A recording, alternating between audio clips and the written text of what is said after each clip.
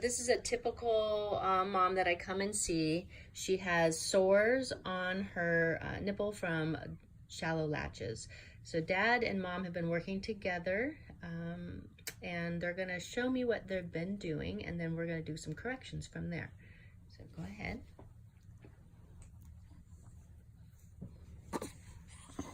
So as they're lining baby up. Take this. Like this. Okay.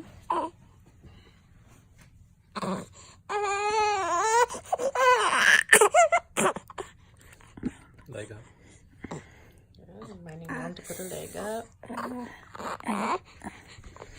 He's spitting. Okay, but let's try it again. Shallow. And again. Nope.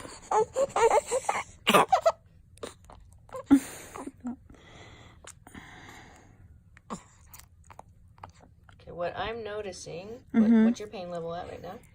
Well, he's not really sucking on it. What I'm noticing is that you're not actually getting his bottom lip touching the breast first before you lift him up and over.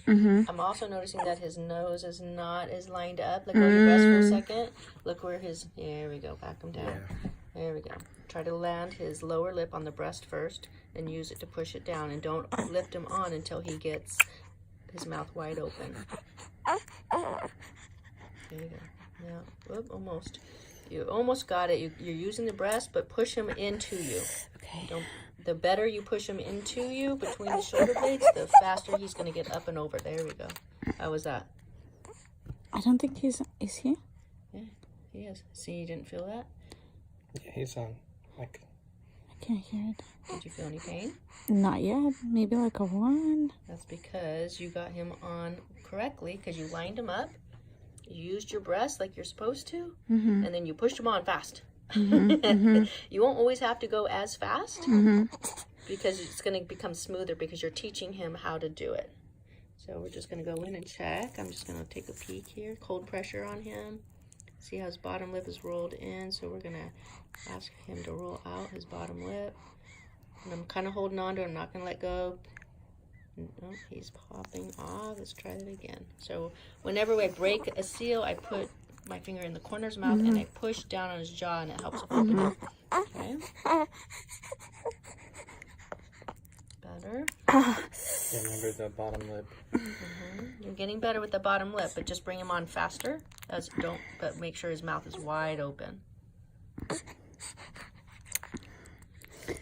Does his bottom lip need to be like in this area? Yeah, you want it to start here. And you can always drag him as you're putting him on. You're going to drag his bottom I see. lip. Okay, so like here.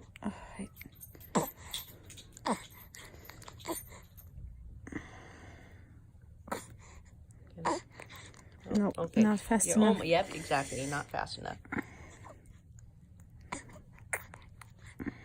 Open wide. And he's just kind of learning how to do it. He had a tongue tie release done. He's in the process of healing still, and mom's learning how to latch correctly.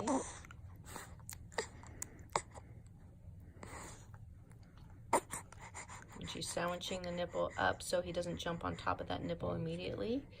He's not open wide enough. You just have to wait until he's ready, and you have to ask him to do it correctly. Otherwise, if you keep letting him chomp on your nipple, he's going to continue to do that.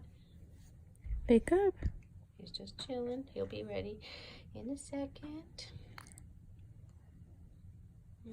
Because we know he's hungry, and he hasn't been doing any crying except for while we're getting him ready to get onto the breast. So it's not that he's in a shutdown mode. Sometimes babies will go in a shutdown mode. There we go. He was just relaxing for a moment.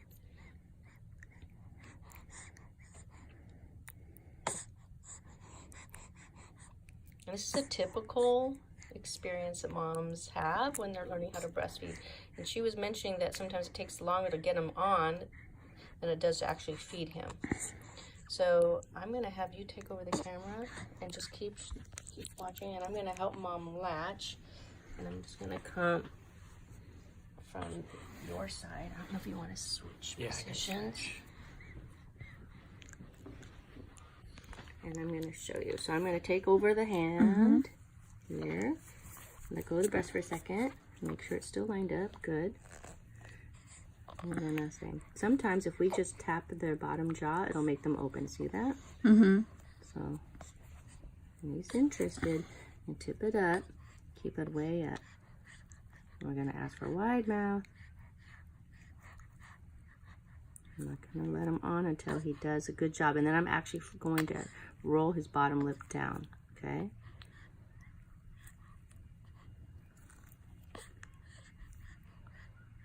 I know he can open wider because we've seen him cry, right? So if he's used to kind of just sucking like a straw, he's going to continue to do that. So I'm just kind of stimulating his mouth a little bit.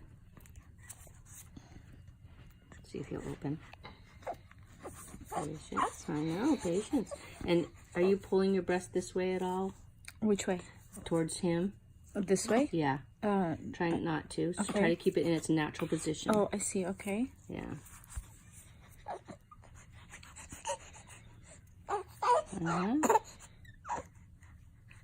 Almost. If we teach him to do it correctly, then he'll do it better. So I'm kind of tipping the breast, the bottom lip down. Okay, come here. I know. I'm going to keep it tipped up so I can use the breast. Come on. And see, he's pushing back. I'm just kind of waiting on him. What I don't want to do is ever push the baby's head into the breast because that makes people want to push back, including babies. So I want to put the pressure between the shoulder blades. He's getting frustrated. Come here. Over here. Let's see.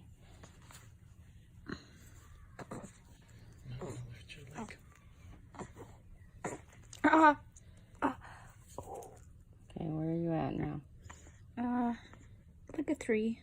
Okay, let's see if we can get it to be better than that. You're doing a good job of holding. Yeah, now it's a 2. Okay, it's getting better. And sometimes those wounds that you have will create pain too. So lift this knee up, kind of bend. There you go, you can get them closer. And see if you can let go.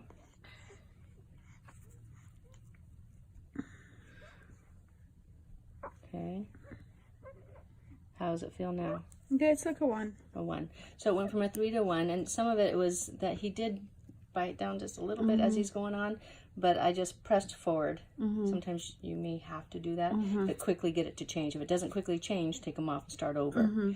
The other thing that I did is I went and I kind of, when I go to adjust the breast, I'll push into the breast here instead of trying to pull him back to get to it. I push into the breast to get to that chin. And see those big gulps? Can you get in there?